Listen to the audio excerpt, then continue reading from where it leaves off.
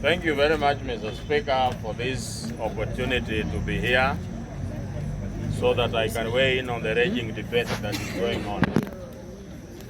Mr. Speaker, sisi kama Wakenya tunafaa tujiulize, why is it that when someone is campaigning for office, they are very brilliant, they know what is the problem, they have ways of solving the problem, but immediately they get into office, they turn into clueless zombies. And Mr. Speaker, we must therefore realize and find out what is the real problem. Because the things we are seeing are merely symptoms. And when you treat a symptom, pain can disappear for some time and it will recur strong next time. Why is it that President Ruto had a plan when he was campaigning, but today he doesn't seem to know what his plan was?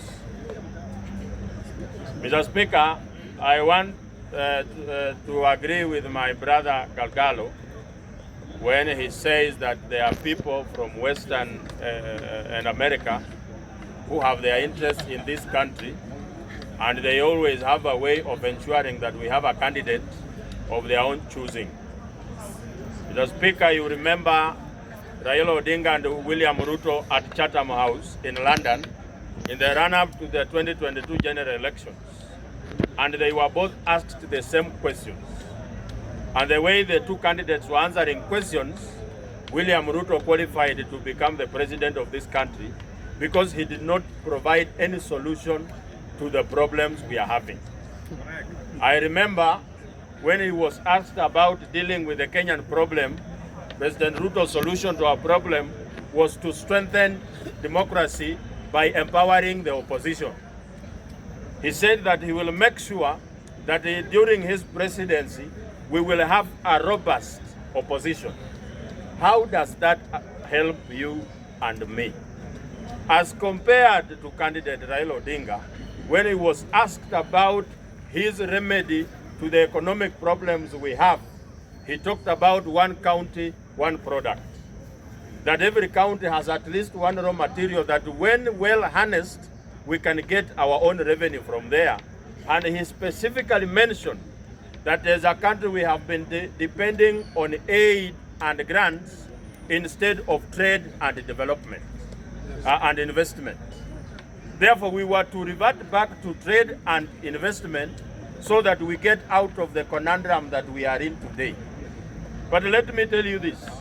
When you talk about stopping importation of second-hand clothes, what is the resultant effect to Europe and America? Go and check how much money European Union makes from Africa by selling to us second-hand clothes. So when Raila Odinga said that he will stop importing clothes, second-hand clothes, it was a red flag for them.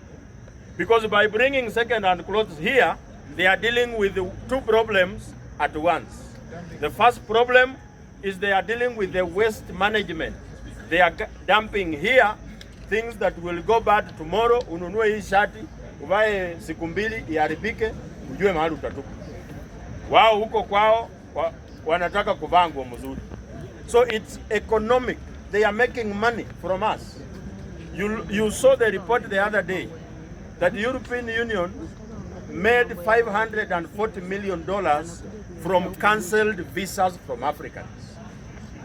Why is it that you are applying for visas? Because the problem is at home.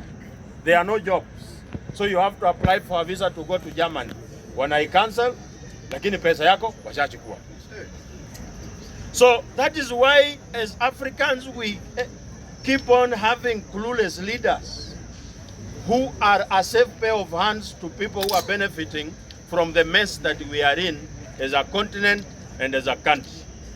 That's why today, one, I am very angry with the report BBC brought here, and two, I know that BBC cannot be a solution to the Kenyan problem. Correct.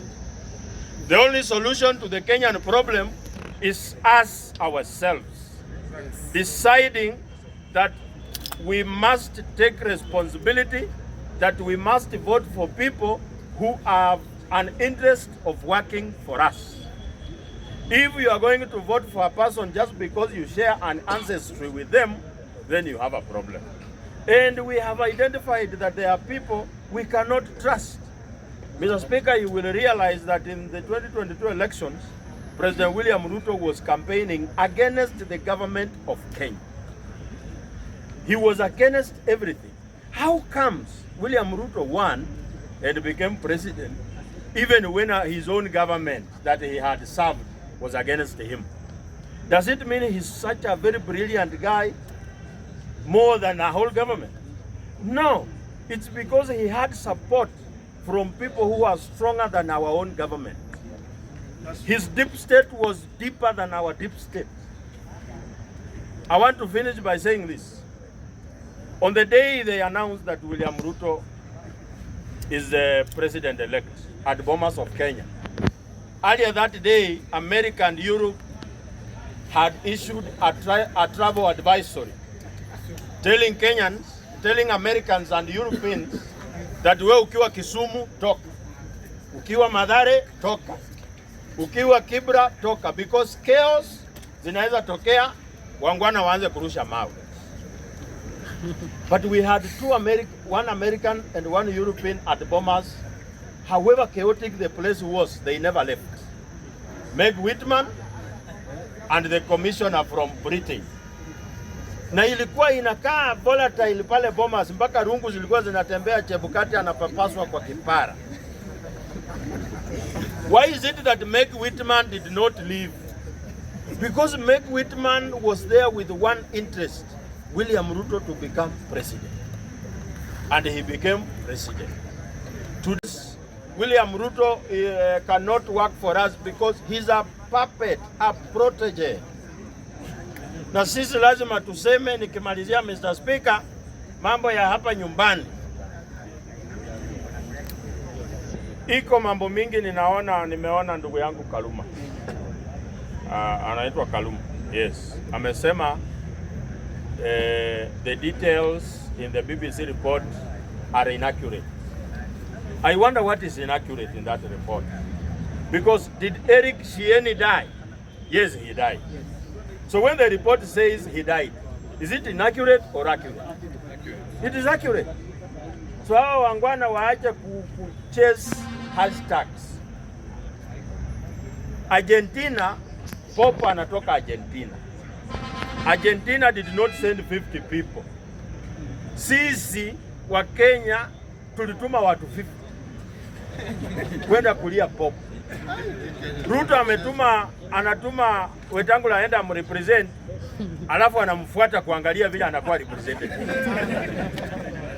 Mambo ya ajabu.